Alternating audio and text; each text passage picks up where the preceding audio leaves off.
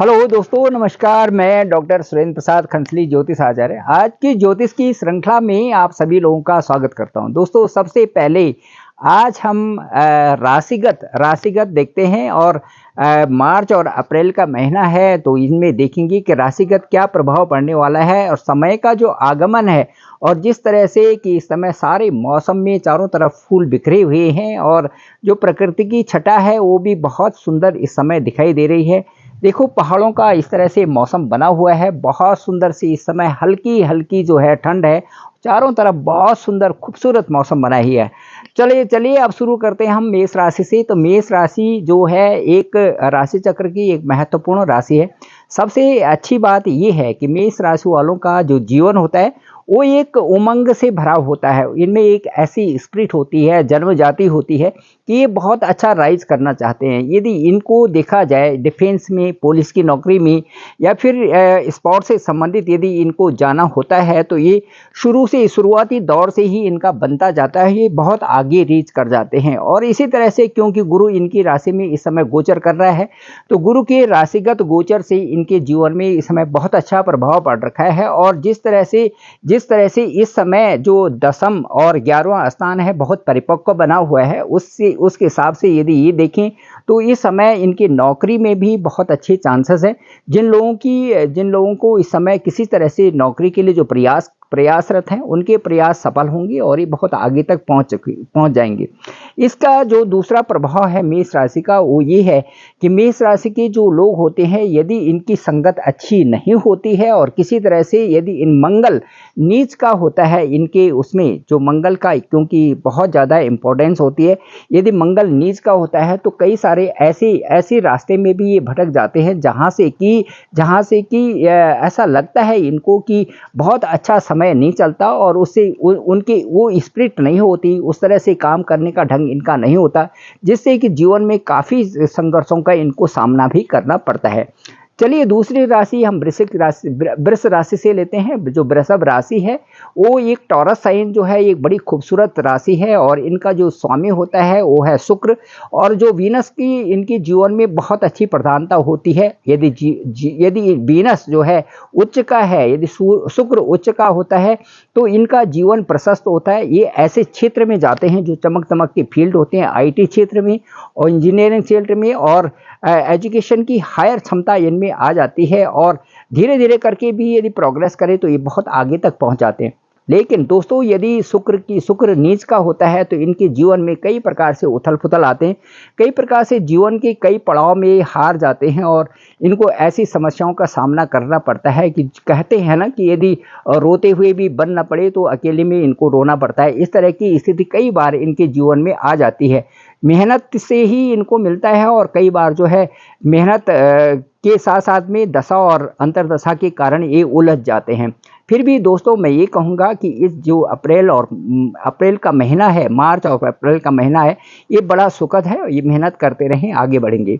तीसरी राशि मिथुन राशि है। मिथुन राशि के लिए मैं कहूँगा कि ये एक प्रिंस राशि होती है और मैं ये कहना चाहूँगा कि ये राशिगत जो लोग होते हैं इनके लिए एक अच्छी शुरुआत के साथ में एक अच्छा गुरु भी चाहिए।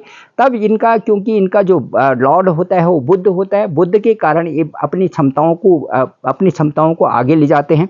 वाणी का भी इन पे दोष नहीं होता। यदि जो है बुध यदि उच्च का होता है, बुध के नीच होने से कई प्रकार की समस्याएं इनके जीवन में आ जाती हैं और कई बार ऐसी उलझन में पड़ जाते हैं कि उन समस्याओं से निकल नहीं पाते, परेशानी हो जाती है। अब आइए कर्क राशि के बारे में बात करूंगा। कर्क राशि एक बहुत ही सुंदर और महत्वपूर्ण राशि है। सबसे सुंदर बात यह है कि चंद्रमा इनकी राशि का स्वामी होता है और चंद्रमा की गति से, चंद्रमा जो हर 102 दिन में एक राशि में रहते हैं, उससे ऐसा लगता है कि इनके जीवन में उतार चढ़ाव तो रहते हैं, लेकिन यदि इनका एक पुष्ट वातावरण यदि जीवन में मिलता है तो ये बहुत आगे तक पहुंच जाते हैं। कहा जाता है कि चंद्रमा और जो सूर्य होते हैं ये राशि के एक राजा के रूप में रहते हैं, तो ये राजा के रूप में जो पूरा जीवन पर्यंत ये चलाते हैं। इनके जीवन में कोई कमी नहीं रहती, सुखों की सुख भाव इनका बड़ा प्रधान होता है। फिर भी मैं कहूँगा कि कई बार जो है यदि चंद्रमा नीच राशि में या 6, 8, 12 में होता है तो जीवन में कई सारी ऐसी परेशानी आती हैं कि ये उस समस्या को, छोटी समस्या को बड़ी समझने लगते हैं और उसको समझाने वाला इनको चाहिए।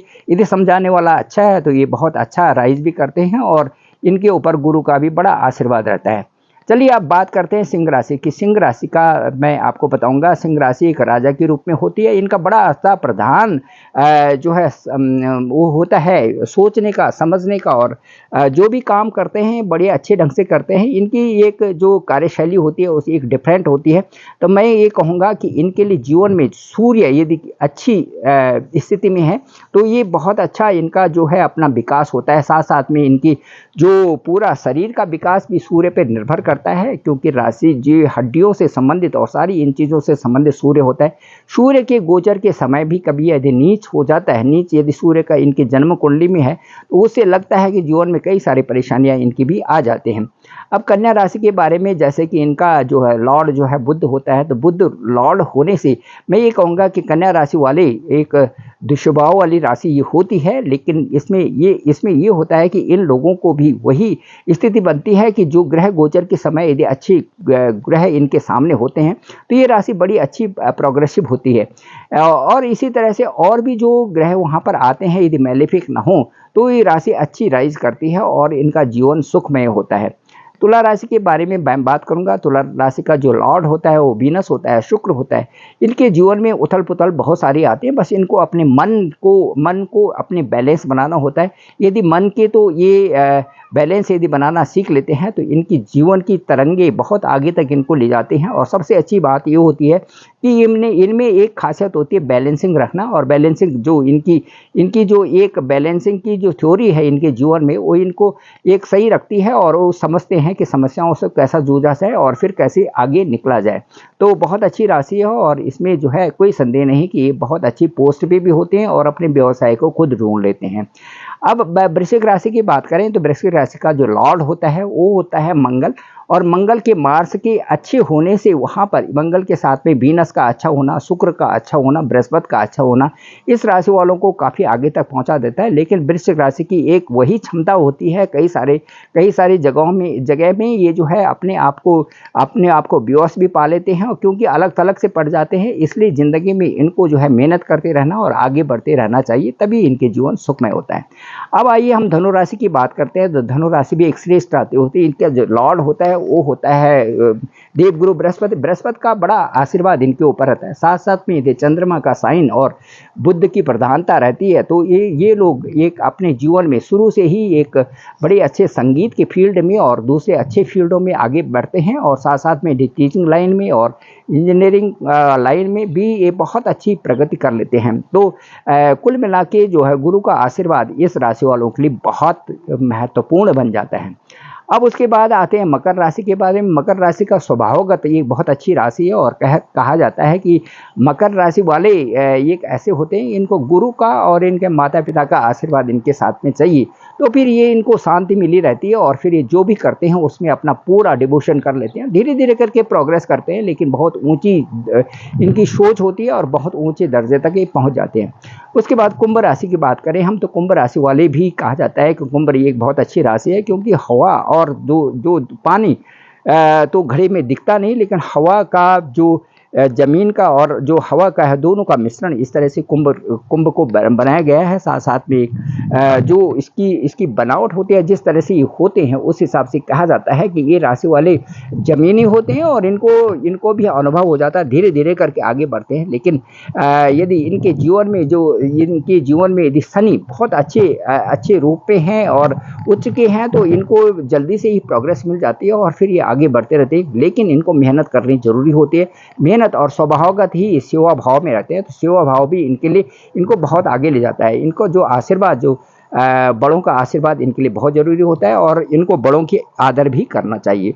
अब आते हैं मीन राशि के बारे में। मीन राशि का जो स्वभावगत है ये चंद्रमा से बहुत ज़्यादा प्रभावित राशि है और कई बार जो क्योंकि जल ये राशि है इसलिए जैसे तरंगे जल में कोई भी पत्थर डाल के उसके तरंगे आते हैं, इसी तरह से चंद्रमा से भी प्रभावित होते हैं और तरंगे इनके जीवन में बने रहते हैं। ये बहुत अच्छे और अच्छे विचारक होते हैं, अच्छी जो है सोच होती है ये पढ़ाई लिखाई में, और जो है टीचिंग साइड इनको बहुत पसंद होता है, किसी को समझाना, किसी को बताना और उस हिसाब से आगे बढ़ना। लेकिन कभी कभार ऐसा होता है कि कई सारी चीज़ें जहाँ पर इनको अपना विश्वास नहीं होता, वहाँ पर थोड़ा सा दूरी बना लेते हैं, और दूरी बना करके थोड़ा उन लोगों से दूर रहते हैं जहाँ पर कि इनको लगता है कि यहाँ पर मेरा पूर्णतः मेरे को अपने ऊपर पूरा विश्वास नहीं है। तो मीन राशि वालों के लिए भी ये जो 2024 का साल है बहुत अच्छा रहने वाला है, क्योंकि गुरु का गोचर इस समय जो है, इस समय गुरु का गोचर चल रहा है ठीक मेष राशि में, जो कि जो है नौ धनु नौ है, और उसके बाद जो है द्वादश भाव के स्वामी भी है, जो नवम भाव और द्वादश भाव के स्वामी भी हैं, तो इनके लिए बहुत अच्छा ये साल रहेगा। Thank you very much. मैं डॉक्टर सुरेंद्र प्रसाद कंसली, ज्योतिष आचार्य, आज इन पहाड़ियों के वाले से आपको सारी राशियों सभी राशियों के बारे में बताया। और अब मुझे मेरे डिस्क्रिप्शन पे नंबर है 9868280191, आप मुझे कॉल भी कर सकते हैं और इस राशियों के बारे में पूछ सकते हैं। Thank you very much.